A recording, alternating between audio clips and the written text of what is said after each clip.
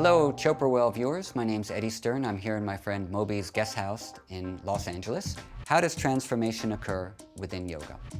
So the practice of yoga that I do and I teach is called Ashtanga yoga. It means 8 limbs. There are 8 different aspects of the practice. Within the physical practice, there are 3 aspects.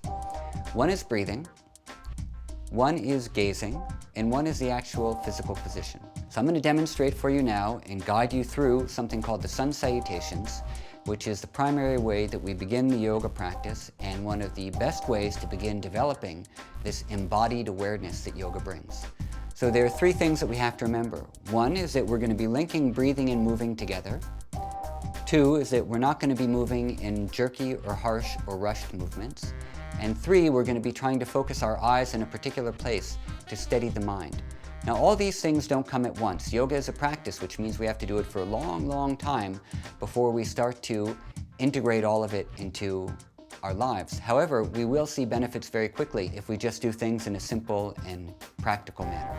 So we're going to start with the sun salutations, and I'll talk you through each step.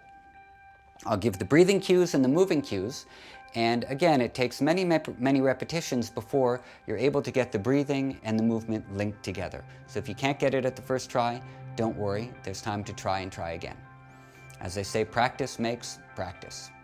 Standing up straight and gazing forward, taking 1 or 2 slow breaths just to check in with yourself and become present. We're going to begin by inhaling, lifting the arms up in the air, placing the palms together, and gazing up towards the thumbs. This is the first position. There are 9 positions in the sun salutations. Now for a moment, just exhale the arms back down by your sides. And try that 1 or 2 times and feel how when you inhale and lift the arms over the head, it's a completely natural and logical movement. You inhale, and the arms want to come up. And you exhale, and the arms want to come down. This is the pattern for the entire practice. Every inhale will be an upward movement, every exhale will be a downward movement. Okay? So here we go. Inhale the arms up over the head. Look at the thumbs, and if you can, pull your navel a little back towards your spine. The second position, you're going to reach the hands and the chest forward and bend forward. If you have any stiffness in the back or the legs, you can bend your knees as much as you need to allow your hands to touch the floor. Relax the head down. The third position is inhaling and lengthening the spine. Some people like to come up on the fingertips. For more length in the spine, if you can keep your hands a little more flat on the floor. And then the fourth position is stepping your feet back or jumping them back. I'll show you a variation in a moment, and lowering yourself down to the floor. If you don't have much strength, you can lower your knees down first, and then your chest and your chin.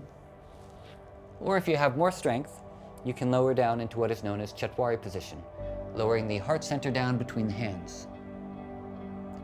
And then we'll inhale, come forward into upward facing dog. Okay, so in this position, the knees are off the floor, the navel is pulling in, the chest comes up, the head goes back, and you look towards the nose. If you have any back problems or flexibility problems and you don't want to go up that high, you can stay a little lower down, your chest just a little bit off the floor. As you exhale, you're going to push back on your hands and knees into the downward facing dog position, where we'll stay for 5 breaths. The breathing we do is a particular type of breathing where we make a hissing sound in the throat, sort of like a benevolent Darth Vader. So you can hear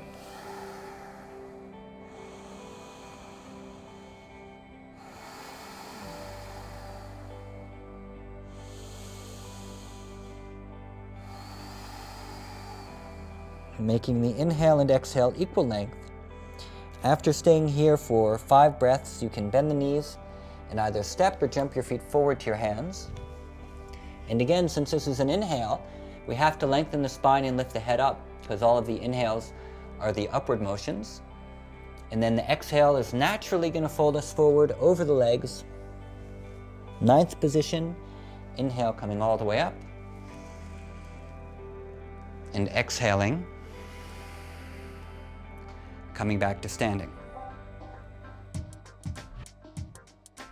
So remember that these are all ideas. There are a lot of different possibilities and a lot of ways that things can be done. The most important thing, if you're interested in learning yoga, you find yourself a teacher that you like, that you trust, and you begin to work with them so they can guide you. In the meantime, if you don't have a teacher, you can pick up ideas from a show like this. But remember, we only have 5 minutes together, so there's only so much you can accomplish in 5 minutes. So now let's show a little bit more of an advanced version of the sun salutation, which if you're feeling a little more physically fit, you can try as well. Remember, the movement should be smooth, they should be slow, and they should be done with awareness. So we're going to inhale the arms up over the head. That's 1. We can exhale, reach forward and come down. That's 2. We can inhale, lengthen the spine, lifting the head up, looking at the nose. That's 3. We're going to exhale and jump back. That's 4. We're going to inhale into upward facing dog. 5. Exhale into downward facing dog and breathe.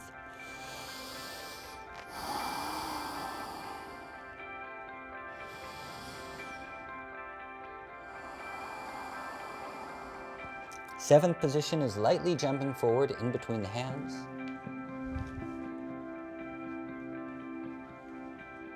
8 is exhaling the head down. 9 is inhale coming up. And exhaling. And breathe.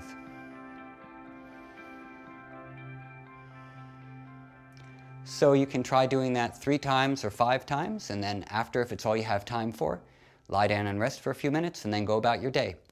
So thank you for joining me on the Chopra Well. I look forward to seeing you again, and happy yoga.